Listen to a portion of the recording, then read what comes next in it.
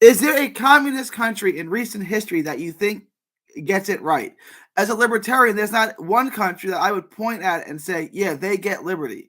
Is there any country in recent history since the 20th century, so 1917 and on, that you think is a model of what communism should look like? So I'm asking, is there anyone that you would say that's what we should model ourselves? Not that it's absolutely perfect and there's no flaws, but that's a good model to shape ourselves after. I think the quick answer is I think all of them present examples and lessons for how we should maybe implement it here. But that is with a huge caveat. How communism, socialism develops will be largely due to uneven geographical developments, right? For example, capitalism did not develop globally at the same time at the same rate, right? Capitalism developed in England at a different rate than America, than France, than Mexico, than whatever country we want to talk about. So we have to understand that as well. That's a very key part of this. For example, China in 1949, when the CPC takes power, right, and proclaims People's Republic of China, their material conditions, what they were facing as a country, as a nation, is very different than what, say, we're facing right now in 2023 in the U.S. So if we were to gain power, if the Communist Party and the working class was to gain political and economic power in the U.S., would it look exactly like any of these? No. There might be elements to it. There might be similarities. There might be mirroring of policies and such across the spectrum of, USSR, China, Vietnam, Cuba, Nicaragua, etc. But I don't think any of them are and should be a blanket sort of blueprint to put over every other country. And other communists will say the same thing. If you talk to Stalin or Lenin, if we were to animate them from the dead right now, they would say the same thing, that how we can develop socialism and then eventually communism here is going to be different than how you develop it there. And to sort of list why I think on a spectrum, so to speak, that I can say that all of these experiments of socialism are successes, right? Even though they have setbacks, mistakes. As Engels said, the revolution moves in zigs and zags. So none of these are perfect. And I think that needs to be stated, that there was excesses within these revolutions, within these experiments. There was mistakes, like I said. But it, again, to quote a greater communist, Mao famously had, this work on Stalin after Stalin's death, when the Bolshevik, the Communist Party in the Soviet Union, rejected Stalin to a large degree after his death. Mao came out and said, that's a mistake, actually. And he had this rule, and it's a long work, but I recommend people reading it, but basically comes down to 70-30. 70% of what Stalin did was very good, 30% of what he did was bad. And that is a general rule of thumb I have for socialist societies that are actually existing. That 70%, 30%, that there was mistakes. Yes. And if anyone wants to get into that, I'm glad to do that.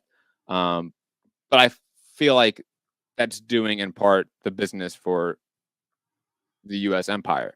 I don't need to list the mistakes if I think the mistakes are lesser than the positives and the successes. So that's how I view Ayn Rand. 70% of Ayn Rand is on the money. 30% is absolutely nuts, right? So, okay. What's your take on Ayn Rand? She came from a communist country and hates it. I think Ayn Rand is a very poor theorist in terms of libertarian theory, so to speak. I think there are better ones out there than even her. As someone that used to be a libertarian, scary. I read Ayn Rand, but even when I was a libertarian, I wasn't like, oh, Ayn Rand, that's the one. It just and it never really spoke to me. And plus, I feel like the lack of analysis on capital exploitation, so to speak, even at a very young age, I was quite aware of that. So that's why I think I was drifting more towards a leftist anarchist position at first, before eventually becoming a communist. Where you are more of a, let's say, a right wing anarchists, so to speak, right, Gary? Like Yeah. libertarianism, anarcho-capitalism, or the right-wing spectrum of anarchism. Like a few of the successes I want to list off for actually existing socialist countries. Rapid industrialization surpasses the rates of growth of even capitalism. I know we talked about this, I think, on even a previous debate, Gary, a long time ago, that like the Soviet Union during the 1920s, 30s, and up to World War II, their average rate of growth, industrial rate of growth, was around 15%. And if you look at the U.S. During peak industrialization, it was around 3%. If you look at England during the Industrial Revolution, it's around 3 to 5% is the average. So the industrial rates of growth are just significantly different and more productive under socialist societies. And how does that look when like, because Germany had massive economic growth up until World War II, but against inflation, it was really stagnant to what everyone else had. Exactly. So yeah, because when you say 15%. Well, yeah, well, I mean, the Weimar Republic had superinflation, and it was a very struggling country. But you have to remember this, Gary. The Weimar Republic was also a social democratic republic that was deeply flawed, and most communists actually kind of reject it for a variety of reasons, most largely due to the SPD, the Socialist Democratic Party of Germany at the time, which became the leading party of the Weimar Republic in the interwar years. They suppressed a communist revolution in 1919, ended up assassinating and murdering communist leaders like Rosa Luxemburg and Karl Liebknecht. So that's why communists kind of rejected the Weimar Republic. But a lot of their policies were socialist policies, because at that time, Gary, the Second International, as it was called, right, the successor to the First International, with Marx and Engels, Bakunin, who was an anarchist, and other anarchists. I think like Proudhon was originally a part of the International as well.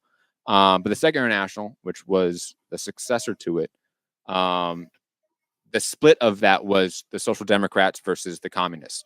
But it's in large part still influenced and inspired by Marx, Kautsky, Bernstein. They're the creators of that Euro socialism style.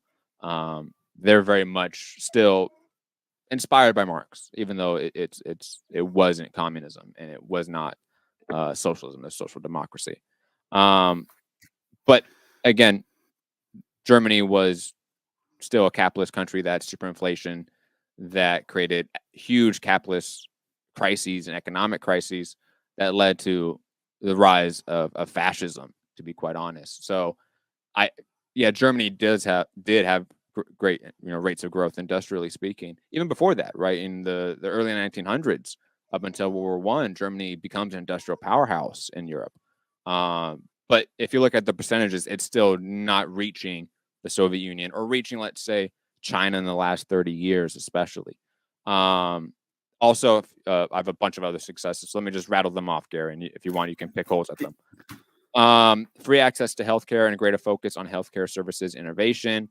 Rapid increase in education and literacy, often achieving 100% or near 100% literacy, often from backwards semi-feudal societies.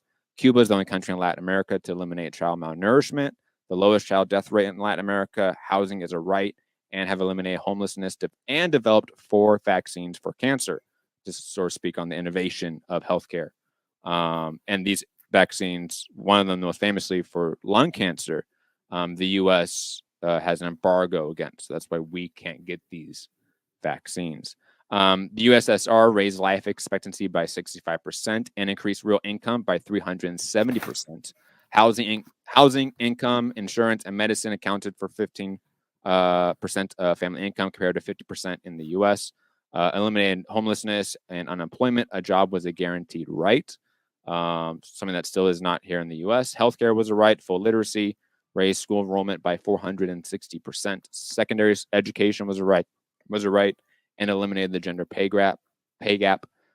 People's Republic of China under Mao increased life expectancy from 36 to 67, while the population doubled in size.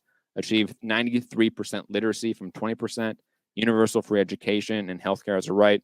Both the USSR and PRC dismantled gross exploitative feudal class structures that had remained. I mean, this would be, in the sense of like when we talk about like feudal lords in like the 100 Years' War in Europe, right? Like Mm-hmm. that very much was still an existing class structure within Tsarist Russia and China at the time of their revolutions. And obviously, since Mao and the last 30 years, China has lifted 800 to 850 million people out of extreme poverty and has eliminated extreme poverty in the country. And it's very close to eliminating poverty entirely. And I believe the mark they have for that is 2030 is when they will eliminate poverty completely within their country. Those are the few successes I would say of socialist countries. And again, there are mistakes, but these successes I think far outweigh the mistakes. All right. So the first one I would pick at is free access to healthcare. Mm-hmm. Free. Yes. Okay. So what do you mean that it's free? Someone paid for it, right? Unless you think all the doctors, nurses, Yeah, the state paid technicians, for it. X-rays, techs, someone paid for it. Who paid for it? The state. So the state doesn't have any money unless what it steals from others. So what it stole from others is what's funding it, right? So if I take your money and then say you can then come to my house that I built with your money and get healthcare at my house, is that free? Well, Gary, I would say that when you think of the state in the U.S. or another country, let's say Defend England that. or France or whatever, when you think of the state in that sense, the state in China or the former USSR or Cuba is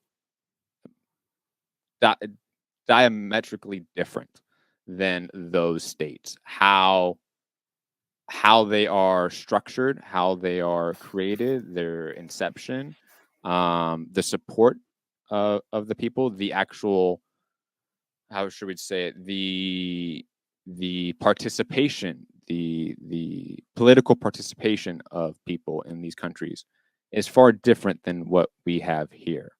So when I say, yeah, the state pays for it there, it's not an outside force demanding that. It is very much the masses of the people determining these policies.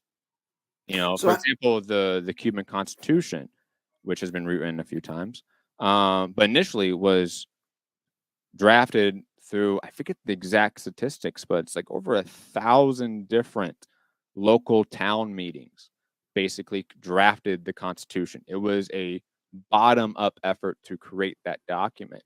For example, the recent family referendum in Cuba that basically now sets Cuba as the lead standard for LGBTQ plus rights. That was drafted again in a very similar fashion, where it was created, discussed, and debated through every town.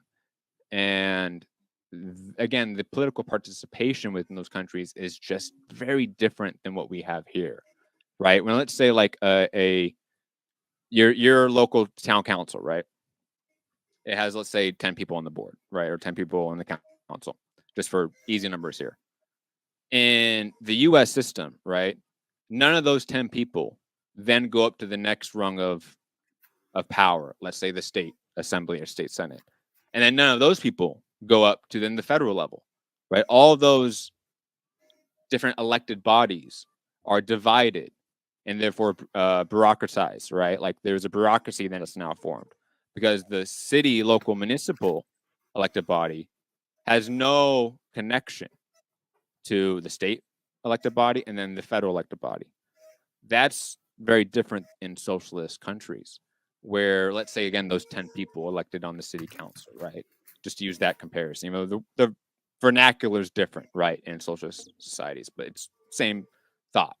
5 of those, half of them are now in the state council. And then this half of the state council goes to the federal assembly.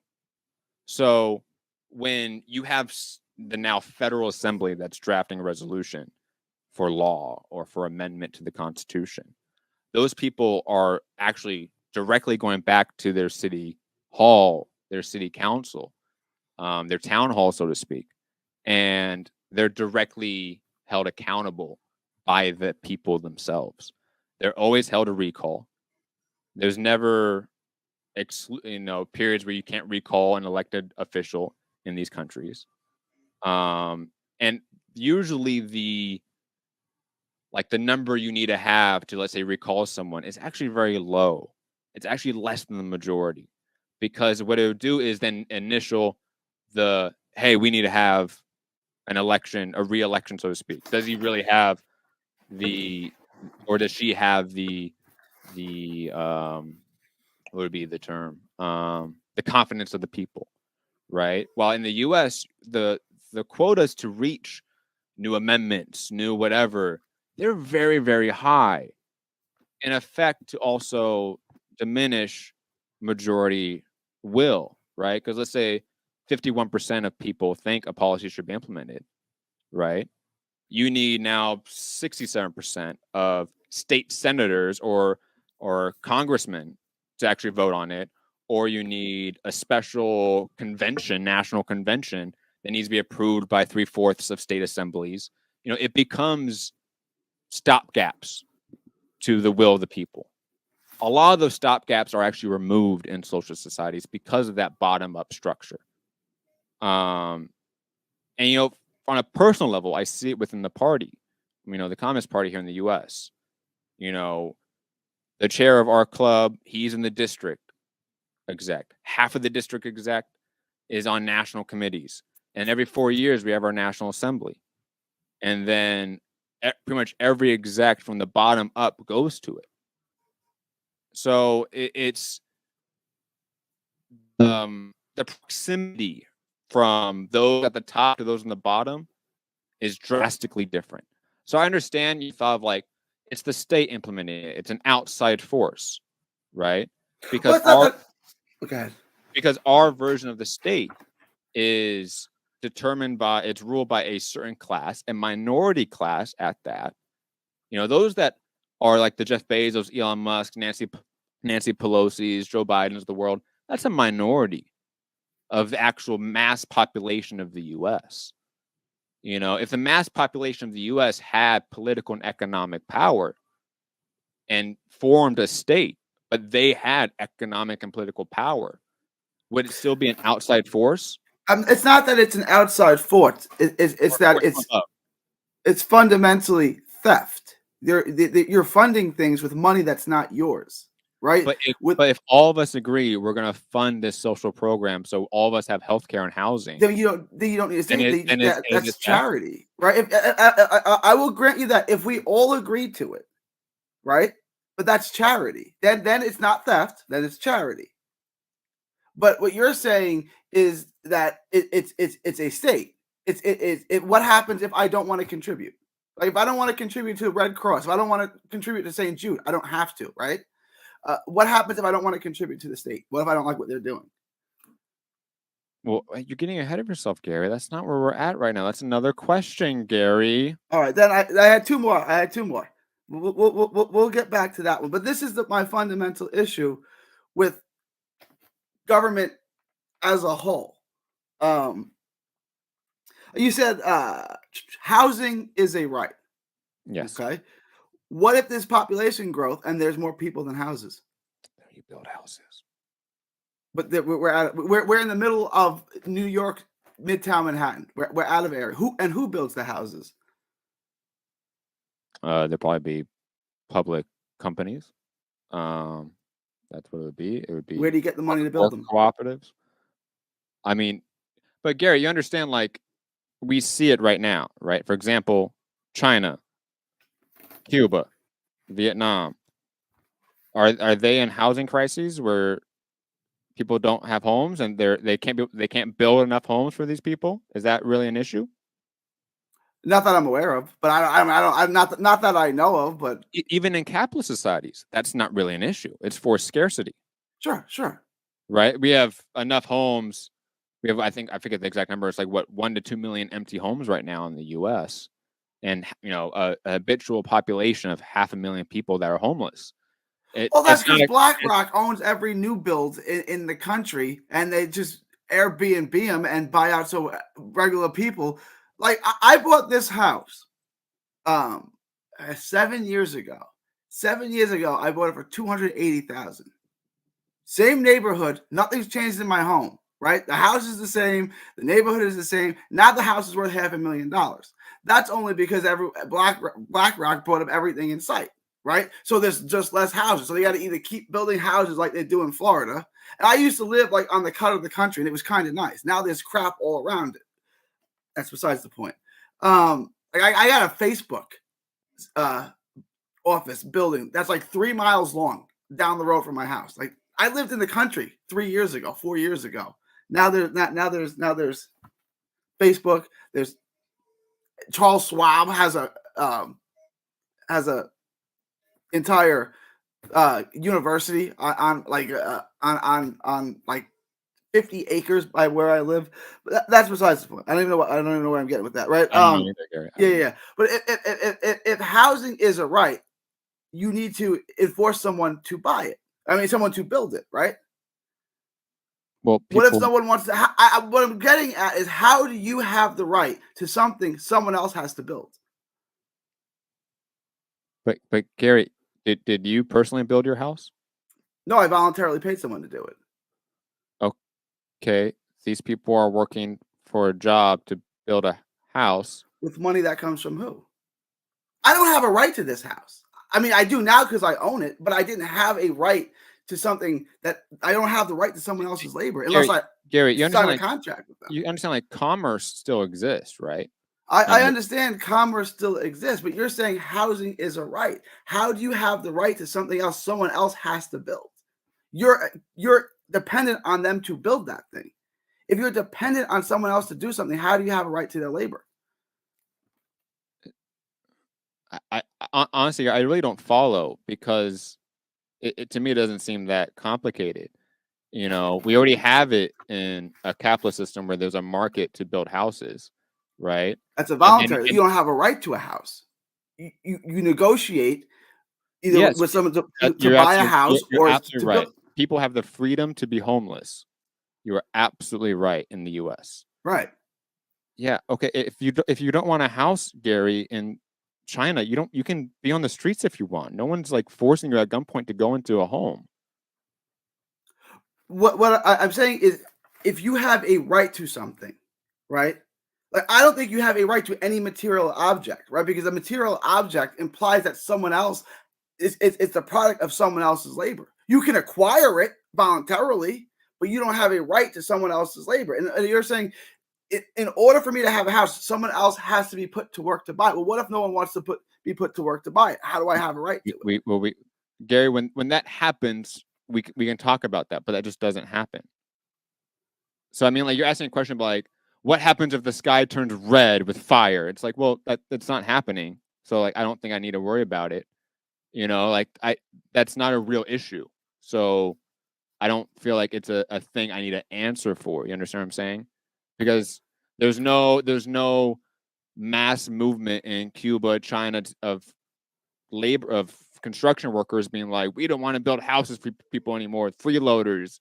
It's like, it's not a matter of freeloaders. Like, what if there becomes a more lucrative business than building houses? And now I have people don't want to don't want to build a house anymore because they're off building condos, or they're off building tanks, or they're off building something else. Now I don't have people to build a house, but I still have a right. I don't understand how you fundamentally have a right to something else someone else has to provide. That's my. A society is full of that, where we have mass-produced food that you don't actually grow. I don't have a right to food.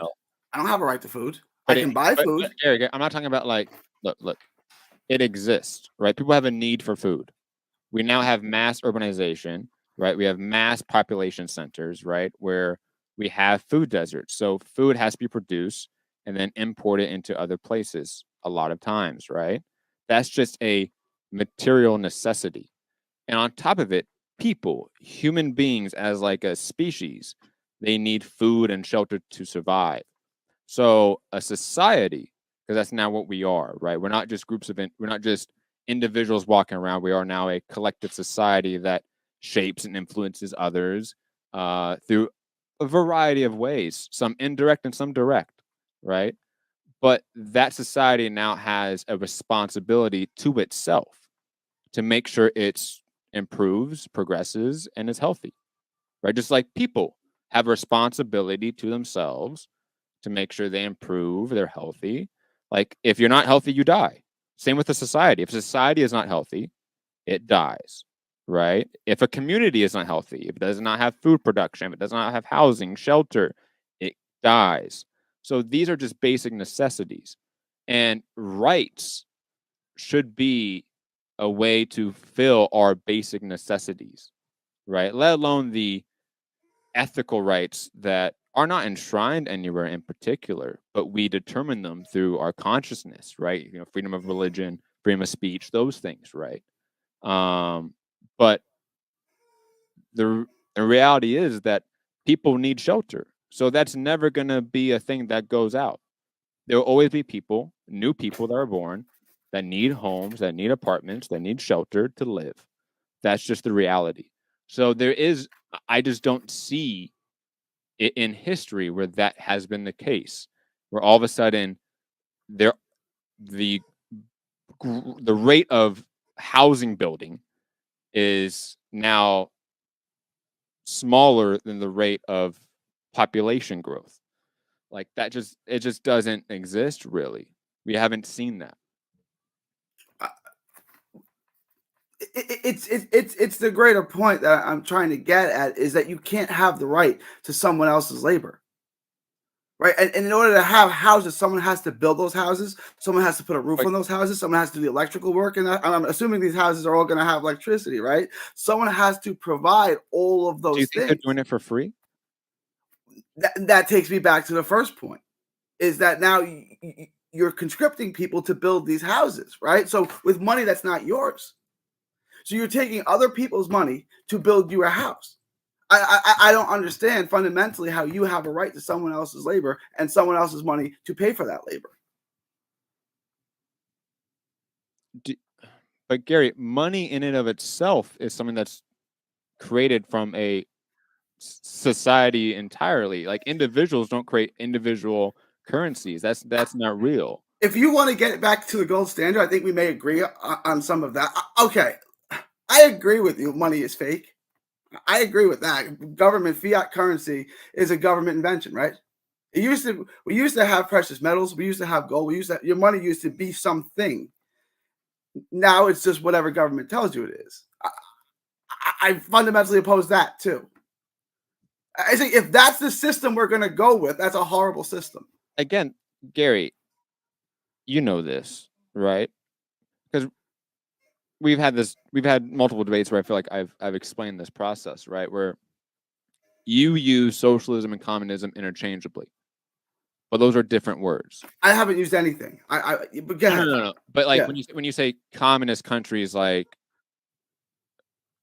USSR, Cuba, Vietnam, etc., those countries are not communist countries. Those are socialist countries that have often a ruling communist party, usually in a coalition of parties at the head of the government, right? So there is a difference to that.